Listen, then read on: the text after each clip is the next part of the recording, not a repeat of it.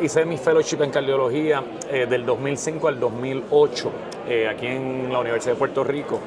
Y desde un principio, pues, desarrollé una amistad con un cardiólogo intervencional que hoy en día está con papá Dios, el doctor Humberto Quintana. El doctor Humberto Quintana y el doctor René Pérez fueron los pioneros de la técnica radial en Puerto Rico, y yo entiendo de que ellos empezaron a hacer esto desde temprano, como en los 2000 posiblemente, o sea, cuando esto estaba bastante en sus pañales, porque ellos creían en la técnica por la disminución de complicaciones. Y ellos no solamente empezaron a hacer esto desde temprano en los 2000, sino que empezaron y adoptaron bien temprano lo que era el Same Day Discharge de PCI, lo cual en aquel momento se hablaba, pero que no era la práctica usual. Y ellos ya lo estaban haciendo desde hace mucho tiempo, y por el interés que tenía Humberto Quintana en esta técnica, yo me acuerdo que él me decía que él no se quería morir sin enseñarle a alguien esa técnica, porque era fiel creyente de que la técnica radial proveía para poder hacer unas buenas intervenciones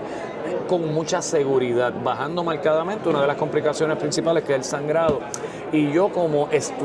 residente de cardiología, tuve la oportunidad de estar 2 semanas con Humberto Quintana haciendo radial, y Humberto Quintana no solamente era radial first, sino que él era only radial, él no hacía casi nada femoral. Recuerdo que yo, pues, me interesé mucho en la técnica, y en aquel momento tuve la oportunidad de, con Humberto Quintana, revisar parte de su data. Como él llevaba años haciendo esto, se hicieron revisiones de expedientes y se pudieron recuperar 500 expedientes que estaban bien completos.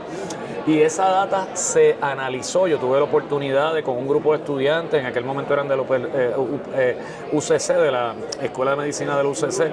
la Central del Caribe, y yo, como fellow de cardiología y con el apoyo de Humberto Quintana y el apoyo del personal de San Pablo, de récord médico, obtuvimos data completa de 500 casos. Y en ese momento esto se presenta en el Congreso Mundial de Cardiología, el World Congress of Cardiology, en Buenos Aires, Argentina, en el 2006, y el abstract de ese poster presentation se publicó en Circulation en el 2006.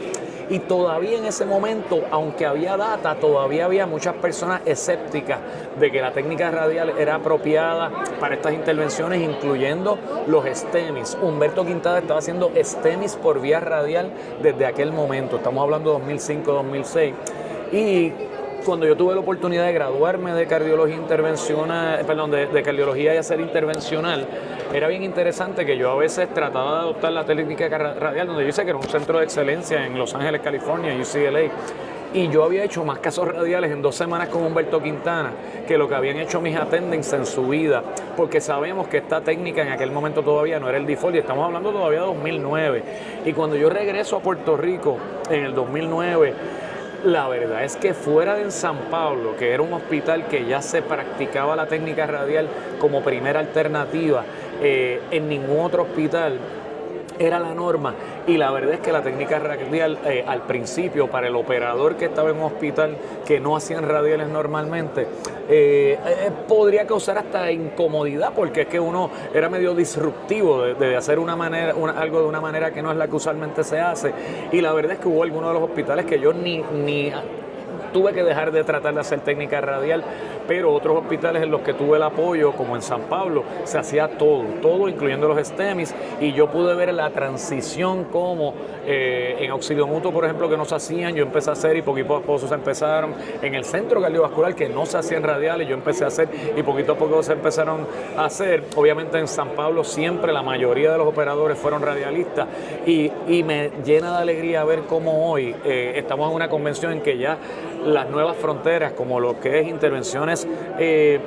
periferovasculares con vía radial. Antes yo quería hacer eso y no lo hacía porque no tenía equipo, a menos que fuera un Iliaca o un SFI, pues que el equipo no llegaba, y he visto cómo ha podido haber una evolución en el cual ya la gran mayoría de las intervenciones es posible hacerlas de la manera radial, con el gran beneficio que hay para el paciente, porque se sabe que las complicaciones de sangrado están asociadas a mortalidad, y eso era uno de los principales, ¿verdad?, aspectos que era atractivo la técnica radial, porque disminuíamos el sangrado, y eso se le suma todo, no solamente las complicaciones de sangrado, sino todo lo que son abaratar a veces costos, porque por ejemplo, en San Pablo, yo no sé si nunca esto se evaluó formalmente, pero tú poder hacer una intervención y poder dar un paciente de alta temprano y evitar el costo de hospitalización y de complicaciones intrahospitalarias es alta. Y como yo, aunque soy, ¿verdad?, todavía joven, gracias a Dios, pude ver esa transición de un mundo intervencional primordialmente femoral a hacer la gran mayoría de los hospitales hoy en día, incluso los STEMIs de vía radial. Y yo entiendo de que esto ha sido un avance en la cardiología intervencional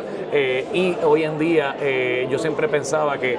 yo como radialista, yo dormía tan feliz cuando yo acababa mis casos y sabía que no me iban a llamar de que el paciente había tenido un hematoma, había tenido una complicación, y la verdad es que yo entiendo de que esto es algo que ha ayudado a mejorar los resultados a nivel mundial y obviamente en nuestra isla de Puerto Rico creo que ha tenido un impacto bien positivo. Y en esa innovación estamos aquí con Terumo. ¿Cómo vio usted la evolución de lo que usted utilizaba en esos procedimientos? Los productos de Terumo que se requerían para poder, ¿verdad? Ya una vez se acepta un poco más esta cirugía, ¿cómo fue esa evolución? Claro, mira, la verdad es que antes no habían tantas alternativas y obviamente Terumo fue uno de los innovadores en muchas de estas tecnologías, tener chips que fueran hidrofílicos, tener chips que, como te digo, el Tear Band, por ejemplo, maneras seguras de uno poder hacer estos procedimientos, catéteres que a lo mejor se ajustaban, pero tú sabes que obviamente yo empecé en un momento en que no había tanto equipo. Siempre tuve una gran experiencia con la compañía Terumo porque independiente del ámbito radial, con Terumo, que obviamente se ha distinguido Terumo entre las compañías en texto, siempre Terumo ha tenido unos excelentes equipos para la parte intervencional y yo realmente, por ejemplo,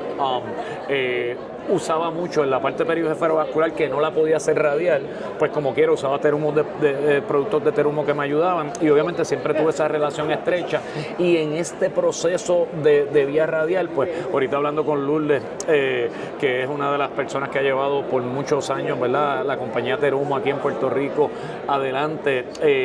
yo vi cómo los médicos fueron, ¿verdad?, haciendo transiciones a radial y cómo Terumo ha ayudado en ese proceso, tanto de educación, de exposición. En el caso mío, obviamente tuve un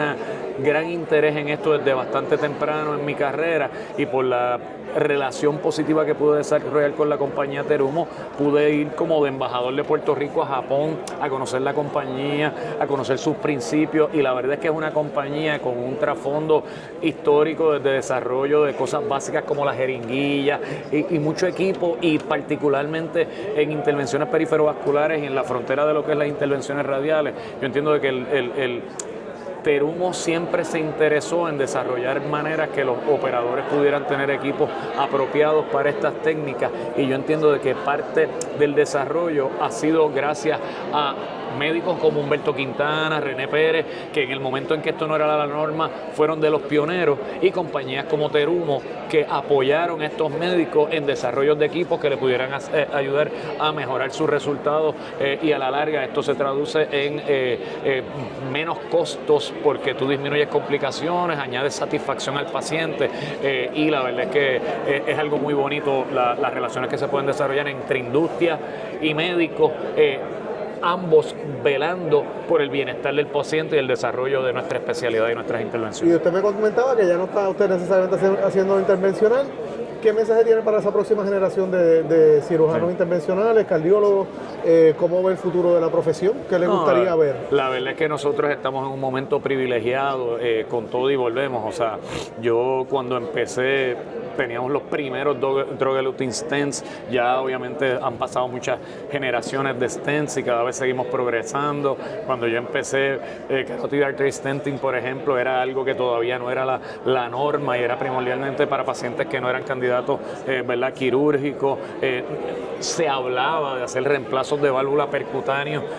que hoy son el estándar en muchos casos y cuando yo empecé nada de esto existía y yo ver esa evolución y particularmente interesante ver la evolución de cómo se puede cambiar de una doctrina primordialmente femoral a una doctrina radial. La verdad es que ha sido un desarrollo bien positivo para los pacientes, procedimientos con más seguridad, y yo exhorto a los cardiólogos intervencionales jóvenes. Yo creo que hoy en día ya no va a haber cardiólogo intervencional joven que no tenga exposición a radial en su fellowship, pero cardiólogos de los que fueron los duros desde hace mucho tiempo aquí en Puerto Rico, el doctor Pedro Colón, Damián Groa.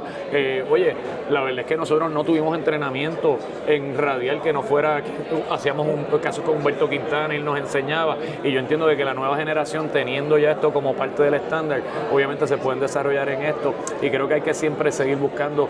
soluciones que nos ayuden a tratar mejor nuestros pacientes con más seguridad y con más satisfacción de pacientes. Y yo creo que desarrollarse en cosas innovadoras como es integración de la técnica radial en intervenciones y cualquier tecnología que lleva mayor seguridad, yo creo que es en lo que se tendrían que enfocar los intervencionales jóvenes para seguir trayendo a Puerto Rico, ¿verdad?, nuevas técnicas para mejoramiento. Y puedo decir que en el ámbito intervencional mundial, el desarrollo que se está consiguiendo es marcado. Obviamente yo, por mi interés en la parte vascular, he dedicado mi práctica primordialmente a medicina vascular o intervenciones todavía, pero primordialmente intervenciones eso en la oficina de procedimientos venosos. Y la verdad es que esa parte de mi práctica en el hospital, pues le extraño un poquito porque realmente era algo muy bonito, pero me siento que estoy pudiendo hacer una gran diferencia por mis pacientes en el ámbito vascular, y apoyo esa generación nueva de intervencionales que se sigan desarrollando en todos estos aspectos para mejoramiento. Y volviendo al tema de Puerto Rico, tengo que decirme que me siento muy orgulloso de que antes no éramos tantos intervencionales, y no que seamos millones ahora, pero ha habido un regreso de una cantidad de intervencionales jóvenes. Felicito, por ejemplo, al grupo PCI Group, incluyendo a su presidente de este congreso, ¿verdad?, el doctor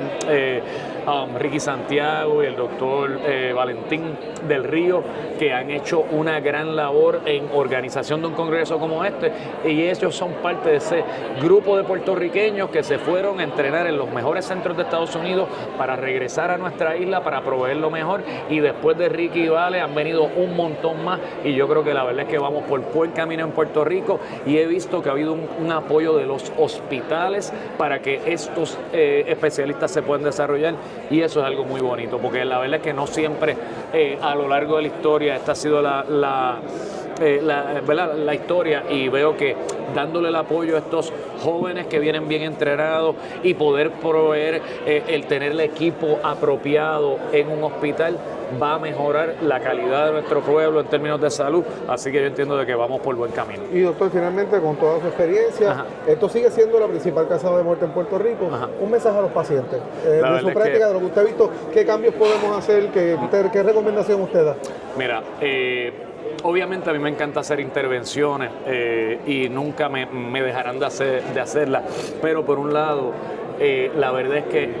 en parte la razón por la que yo trabajo en la medicina vascular primordialmente es porque me di cuenta que con todo y lo que no somos muchos intervencionales, yo te diría que hay más intervencionales que hacen, ¿verdad?, intervenciones, Sí, que personas que hay que intervenir. claro, que No hay personas que tratan los problemas vasculares de su parte médica, porque por ejemplo en la cardiología, la enfermedad coronaria, obviamente hay excelentes cardiólogos clínicos, pero en la parte vascular periférica, enfermedad venosa, usualmente de los especialistas que han atendido esa población muchas veces son intervencionales, cardiólogos intervencionales, radiólogos intervencionales